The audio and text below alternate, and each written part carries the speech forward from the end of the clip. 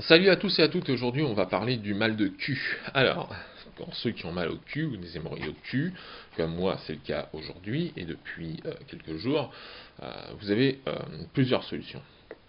La première solution c'est d'utiliser du Ginkgo biloba de chez Dieti Natura. Ça coûte pas cher du tout, ça coûte 10 euros les 200 gélules. Il faut faire une cure de 600 gélules. Il vous offre une boîte quand vous en achetez deux. Enfin, presque. C'est 1 euro la troisième boîte. Euh, et il faut prendre 4 gélules par jour jusqu'à ce qu'il n'y ait plus de gélules. Donc ça permet de ne pas en avoir d'hémorroïdes parce que ça fluidifie le sang au fur et à mesure. Ou sinon, vous prenez du gincourt fort en pharmacie, d'accord, qui, je crois, est remboursé encore, mais c'est pas une certitude. Ou alors, vous avez bien sûr le Daflon 500. Alors, le Daflon 500, vous savez tous combien c'était cher. Et bien maintenant, la boîte est encore plus chère. Elle est à presque 15 euros. Dicus. Une baraque de shit. Pour ceux qui fument, c'est con. Ah bah, j'ai de quoi fumer ou j'ai de quoi me soigner. Donc ceux qui fument, bah ils n'ont pas le choix, ils sont obligés de taper dans le Daflon 500. Mais c'est pareil que si vous allez chez votre dealer, hein. Maintenant la boîte est argentée. Très classe. Une boîte, on croirait que c'est un parfum grand luxe. C'est bleu, foncé, là. Ici c'est blanc, d'accord. Et tous les autres traits, tout ce que vous voyez là, c'est de l'argent. À l'arrière, c'est même tellement argenté qu'on voit dedans ce qui se passe. Et on voit même l'appareil photo. Hop là. On se voit dedans. C'est pour les filles qui sont là. Ah, je me referai bien le visage pendant que j'achète une boîte de Daflon 500. Et bien sûr, c'est plus du tout remboursé. Alors, au lieu de baisser les prix ou de mettre plus de médicaments dedans, parce qu'on voit bien qu'il n'y en a pas beaucoup des médicaments. On a 3 plaquettes, j'en ai utilisé une là déjà. Déjà, vous voyez, ils en ont retiré un ici. Avant, il y en avait 4 fois 4. Maintenant, il y en a 4 fois 3 plus 3. Mais ça fait longtemps ça déjà. Ils en ont retiré un. Donc, avant, les boîtes que lorsque il y a 10 ans, ou encore, c'était des 64 comprimés. Maintenant, c'est 60 comprimés. Avant, elles étaient blanches et bleues, pas chères, donc c'était fabricable par une entreprise pour vraiment pas cher. Et maintenant, non, ils se sont dit on va augmenter les prix en mettant une boîte beaucoup plus design, beaucoup plus belle, réservée à la haute bourgeoisie ou à l'immigration, parce que les blancs, eux, c'est pas grave si on les soigne pas, ils diront rien et personne ne dira rien parce que c'est pas délictuel. Et voilà, on se retrouve donc avec les pauvres qui ont des hémorroïdes au cul et les riches ou les étrangers qui n'en ont pas. Et donc, par contre, ça, il ne faut pas oublier ça, la boîte de ginkgo biloba de chez Dieti Natura, vous le trouvez sur internet très facilement. Et ça vous soigne le cul aussi, mais c'est en cure par contre. Ça veut dire que si vous avez une crise, bah c'est raté, ça vous servira à rien. Alors moi je conseille, quand on a vraiment mal au cul, de ne pas prendre du Doliprane. Ça marche pas, c'est pas assez fort. Il faut prendre du Dafalgan. Le Dafalgan est beaucoup plus puissant, ça va fonctionner. L'inconvénient, c'est que le Dafalgan, vous pouvez pas l'avoir sans ordonnance, alors que le Doliprane, vous pouvez l'avoir sans ordonnance. Mais le Doliprane, ça sert à rien. Alors, autant prendre du Dafalgan. Dafalgan, c'est remboursé par contre. Mais c'est pas très bien remboursé, donc il faut quand même aller chez le docteur. Et voilà. Ça, c'était pour ça. Je crois qu'on peut rien prendre d'autre. Moi, je prends de la titanorine en crème. Titanorine en crème. On peut prendre du suppositoire du titanorine en crème, mais ça ne sert pas à grand chose, hein, parce que le problème du suppositoire en titanorine en crème, c'est que ça va faire fonctionner les hémorroïdes internes, mais le problème c'est que en contrepartie, ça assèche. Donc résultat, il faut après prendre des médicaments qui ramollissent les selles. Donc c'est pas du tout pertinent de prendre de la titanorine en suppositoire. Proctologue en suppositoire, oui, parce que effectivement ça fluidifie aussi et ça ne sèche pas trop l'intérieur. La tinanorine est bien en crème, elle est douce, elle est pas trop forte.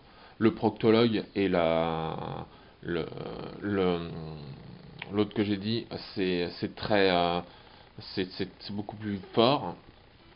Et sinon, l'idéal aussi, c'est de prendre de la vaseline. Alors de la vaseline, vous allez me dire ouais c'est pour les PD, on n'a pas envie, ça fait bizarre. Je vais en pharmacie, oui vous avez de la vaseline s'il vous plaît. Alors il y en a plein qui se disent ouais machin truc. Bon, au début j'étais réticent à utiliser la vaseline, c'était un copain qui est décédé depuis très longtemps qui m'avait dit ça. Et en fait, ici, ça fonctionne très très très bien. Ça assèche l'hémorroïde, ça la sèche, ce qui fait qu'elle réduit énormément, et donc vous avez beaucoup moins de mal à aller aux toilettes, ça vous fait beaucoup moins mal, quoi. Parce qu'elle est beaucoup moins grosse. Ça vous fait moins peur aussi, vous voyez. Euh, Sinon, vous avez, comme mon père dit, de l'eau oxygénée 10%. Vous laissez votre coton sur votre hémorroïde tout le temps, ça va la rendre plus molle. Donc ça va aussi être moins dur, vous aurez moins mal, ça va moins tirer dessus. Mais par contre, elle deviendra blanche. Il ne faudra pas vous inquiéter là-dessus, c'est normal, c'est l'eau oxygénée qui fait ça. Comme lorsque vous faites la vaisselle et que vous avez les mains blanches, ou quand vous restez trop longtemps dans le bain, ou quand vous restez trop longtemps sous la douche. Ça fait ça aussi sur la peau. Ce sera pareil sur l'hémorroïde, il ne faut pas avoir peur. Et puis, sinon, vous pouvez aussi la crever. Alors, les anciens faisaient ça, ils les crevaient. Mais alors, par contre, il ne faut pas la crever après le troisième jour. Je ne sais pas pourquoi. Mais il ne faut pas le crever après le troisième jour. Les docteurs préconisent qu'il ne faut pas le faire après le troisième jour. Donc, si vous voulez le faire, faites-le, mais ne le faites pas après le troisième jour. Je ne sais pas si on peut vraiment le faire. Si ça doit faire relativement mal, je pense, mais c'est sur le coup, quoi. Après, ça s'en va. Mon père, qui avait déjà eu des opérations comme ça, m'a dit que effectivement, on peut le faire. On peut le faire et il n'y a pas de pression dedans. Donc vous inquiétez pas, ça va pas gicler dans tous les sens, ça va pas faire comme un film d'horreur, quoi. Il n'y en aura pas plein la douche. Ça va simplement couler tout doucement, tout seul. Et puis comme généralement celles qui ont des hémorroïdes ont le sang assez épais, eh ben ça va cicatriser assez rapidement. Donc vous inquiétez pas. Si vous êtes hémophile, bien sûr, vous le faites pas, quoi. Évidemment. Mais la plupart des gens qui ont des hémorroïdes ne sont pas hémophiles. Donc bon. Évidemment, vous buvez plus de café, vous ne buvez plus qu'on appelle ça, de, de thé fort, vous ne mangez plus épicé du tout, vous oubliez totalement le poivre, hein, le poivre blanc, le poivre noir, vous oubliez complètement tout ce qui est truc qui arrache, paprika, qu'on appelle ça, espelette, vous oubliez. Vous oubliez aussi ça, là, le piment de Cayenne, vous oubliez. Le paprika, vous oubliez aussi. Vous pouvez prendre de l'ail. Hein. L'ail, c'est bon. Mais le problème, c'est que ça fout des remontées gastriques. Donc moi, je peux pas. Le curcuma aussi. Hein. Curcuma, plus il est foncé, mieux c'est. Et puis, qu'est-ce qu'on prend plus aussi? Oh, vous évitez l'alcool aussi, hein. Vous prenez pas trop d'alcool, hein. Surtout pendant la période où vous avez les hémorroïdes. Si vous êtes un gros buveur, ou si comme moi vous buvez de temps en temps, enfin souvent une bière le soir, et ben vous évitez, quoi. Ou alors vous vous remportez sur de l'alcool moins fort si vous pouvez pas éviter, quoi. Mais généralement on peut toujours éviter de l'alcool, quoi. C'est simplement une volonté, c'est tout, quoi. Si on s'arrête de boire ou si on s'arrête de fumer pendant une semaine, c'est faisable, hein. Moi j'ai fumé pendant 10 ans, je sais ce que c'est, hein.